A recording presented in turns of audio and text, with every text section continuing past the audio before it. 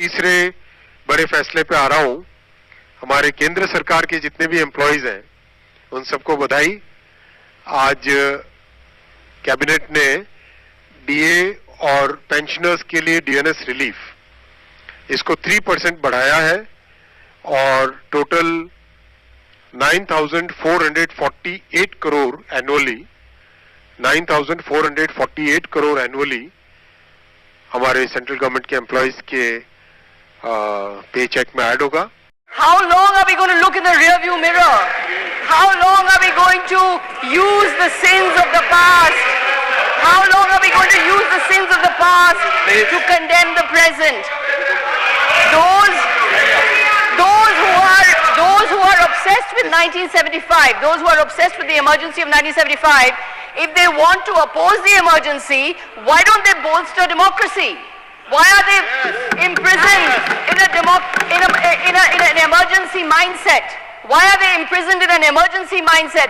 Why don't they set free the police as per the 2006 Supreme Court judgment? Why don't they uphold the federal principle? Why don't they make India safer for dissent? Yes. Why don't they allow the opposition a voice? Why don't they stop having a stranglehold on the democratic institutions? Yes. That is the way to oppose the emergency.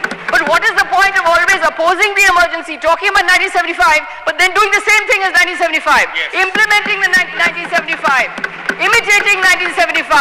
Those who are constantly talking about 1975 are victims of an emergency mindset, which is why we have a democracy deficit today, sir. Here are 15 examples today of India's democracy deficit. When the government shows no visible empathy to the suffering, we have a democracy deficit. When instruments of state are used for partisan ends, we have a democracy deficit. When citizenship is defined by religion, we have a democracy deficit. When the party system is attacked, we have a democracy deficit. When there are attempts made to delegitimize the opposition, we have a democracy deficit. When the free press is crushed, we have a democracy deficit. When hate speech is normalized, we have a democracy deficit. When lynch mobs are not given exemplary punishment, we have a democracy deficit. When official speeches do not mention ever by one word the name of a state which has witnessed civil war for over a year, when that name of that state is not mentioned, when Manipur is not mentioned, we have a democracy deficit. When those in power are not accountable, we have a democracy deficit. When individuals believe they are bigger than institutions, we have a democracy deficit. When citizens are not told the truth, we have a democracy deficit.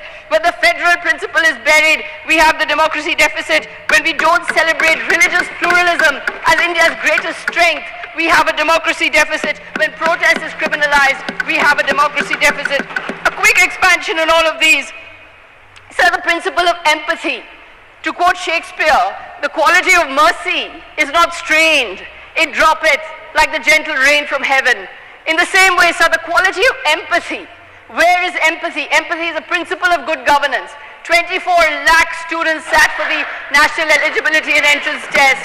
A desperate child takes an examination, finds that the paper has leaked, loses that examination, goes on the street to protest, and the education minister says this is a motivated protest, that this didn't happen. Where is empathy, sir? So my son is a doctor. I've seen the hard work, the Herculean effort, students pushing themselves to the brink to prepare for these examinations. Where is empathy for these students who are on the street, desperate? 26 students in 2023 took their own lives. 26 students took their own lives in 2023 in Kota. 70 papers have leaked in 7 years. This is the nature of the anguish facing the students today. There's a democracy deficit when the instruments of state are used for partisan purposes, when the enforcement agencies become a washing machine, one side always guilty, other side always innocent. The moment you switch sides, you're deemed innocent. Among politicians, 95% cases of the enforcement agencies are against opposition politicians. Since 2014, 25 opposition leaders facing probes have crossed over to the Bharatiya Janata Party. 23 of them have got clean chits. There's a democracy deficit when citizenship is linked to religion. How can religious identity be the basis of citizenship? This is a principle our founders would have opposed with all their might. 19 lakh excluded in Assam, sir, majority of them Hindus, 40 lakh still living under the threat of the CAA and the NRC. Lakhs of people worried that an unconstitutional law is taking away their lives, taking away their liberties, taking away their homes, taking away their universe because of an unconstitutional law imposed from above. There's a democracy deficit when the party system is attacked. With allurements and inducements, parties are broken, governments are toppled, administrations are brought down. 9 governments in 9 years. Shame. There's a democracy deficit when attempts are made to delegitimize the opposition. You don't just want to win, you want to delegitimize the opposition completely. Khan Market gang, Tukre Tukre gang, Lutyens gang. Why this name calling of the opposition, sir? The opposition is a established and a part of the democratic system. The opposition is very much part and parcel of the parliamentary democratic system. In a democracy, the people are sovereign. When the sovereign people vote for the opposition, how can those elected representatives be considered illegitimate? How can they be delegitimized? This is not the politics of democracy. This is authoritarian populism. This is strongman politics. It's not enough to win. You want total domination. This year, the voters have cut you to size and, in fact, voted for the opposition. There's a democracy deficit when the free press is crushed. As I mentioned earlier, India ranks 159 out of 180 in annual World Press Freedom Index released by Reporters Without Borders. India's press freedom has fallen 19 places since the BJP-led dispensation came to power in 2014. In para 26, the Honorable President of India said in her address that in the era of communication revolution, disruptive forces are conspiring to weaken democracy. But who is weakening democracy in the media, sir? The democracy is being weakened by an overbearing government which is guiding, manipulating, terrorizing, muzzling, threatening journalists. I was shocked to see that journalists are not allowed, accredited senior journalists today are not allowed in the precincts of parliament. This is truly shocking for a parliamentary democracy. There is a democracy deficit when hate speech is normalized, when hate speech against religious communities is normalized and made acceptable, and those who are responsible for this hate speech get state protection. 75% of hate speech events come from states ruled by the BJP, according to the India Hate Lab. There is a democracy deficit when lynch mobs are not given exemplary punishment. Does the government care that 3 men died in a horrific case of mob lynching in Chhattisgarh earlier this month? There have been many such crimes. They've gone unnoticed. A report by India Spend reveals that 97% of all attacks centered on cattle-related issues between 2010 and 2017. 97% cases were reported in the last 3 years. 61 out of a total 63 such cases are registered after the creation of the cow protection squads and beef trade restrictions, showing that it is under BJP dispensations. It is under BJP dispensations that these attacks have increased. There is a democracy deficit when a civil war has raged for over a year in a state and that state's name cannot be mentioned by the Honorable President in her address, and the Prime Minister does not even visit once to Manipur, where over 70,000 are homeless and 200 have died. There is a democracy deficit when those in power are not accountable. There is little accountability to those in power, neither to students, nor to rail victims, nor to youth promised crores of jobs, nor to women who are victims of crime. There have been 244 consequential train accidents between 2017 and 2022. Does the government care? The percentage of tickets, the BJP was proudly proclaiming that it's brought in the women's reservation bill. But the percentage of tickets given to women by the BJP this time is just about 15%. All India Trinamool Congress has given almost 30% tickets to women. 38% of our MPs are women. There is a Bengal model of women's empowerment that should be emulated across India. Because in Bengal, leaders are accountable for their promises. There's a democracy deficit when individuals believe they're bigger than institutions. When there's arrogance of power, Gandhi believed the means must be good, for the ends to be good. Gandhi called off the 1922 movement of Chauri Chaura. So today, power... Middle speech. Thank you, Honorable Chairman, sir. Sir, this is my maiden speech. I hope you'll give me a little bit of extra time. At the outset, I would like to thank my party leaders, Ms. Mamta Banerjee, Mr. Abhishek Banerjee, for giving me the opportunity to speak at the motion of thanks on the President's address. I would like to humbly thank every citizen of Bengal and every party worker of the All India Trinamool Congress, because of whom I stand here today. I come to Parliament, sir, as a student of history and inspired by the great founders of our republic. Mahatma Gandhi, Jawaharlal Nehru, Rabindranath Tagore, and B.R. Ambedkar. Each of them has given us a life lesson. What has Mahatma Gandhi taught us? He's taught us that to create political transformation, there needs to be transformation of the self.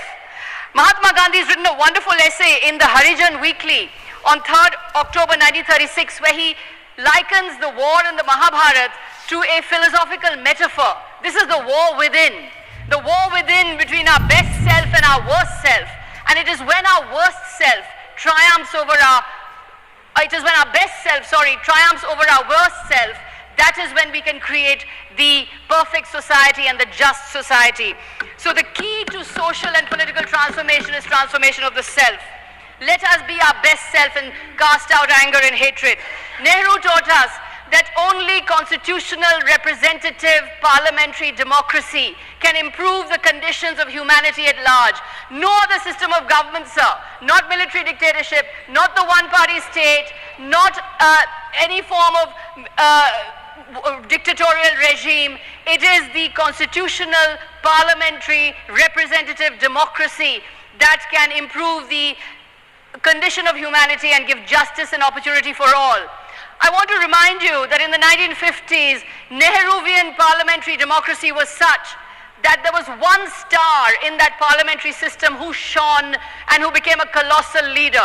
This leader was Atal Bihari Vajpayee. He shone in Nehruvian parliamentary democracy. It was Nehruvian parliamentary democracy who made possible the emergence of Nehru's rivals.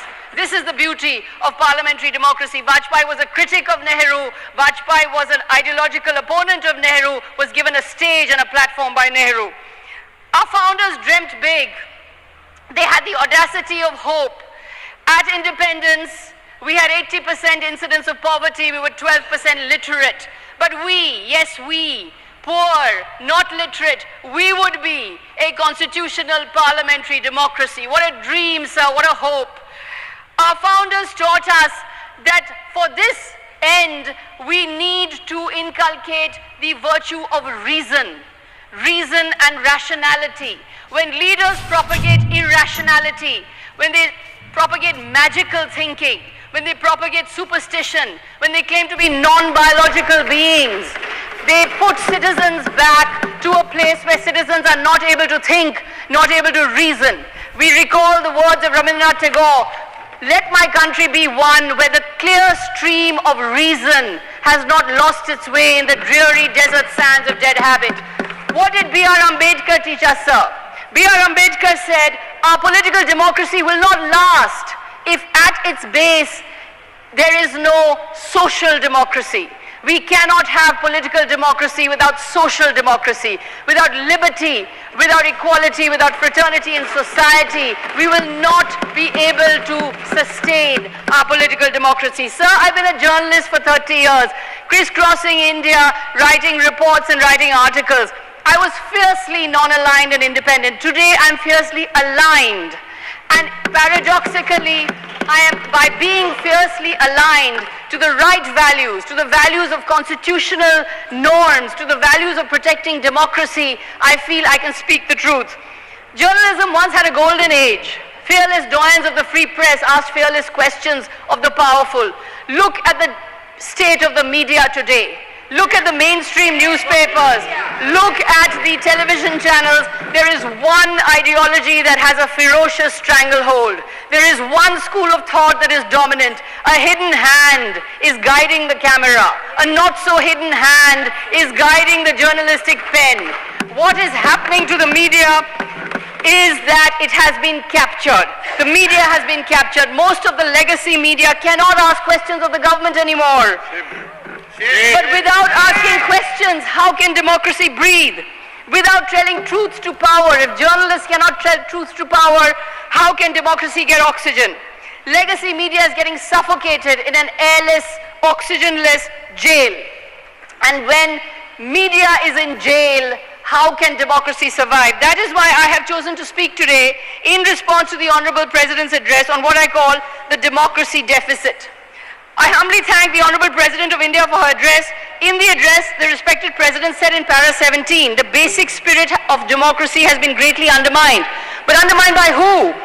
In para 28, the Honorable President referenced the emergency of 1975. But sir, we are not in 1975. We are in 2024.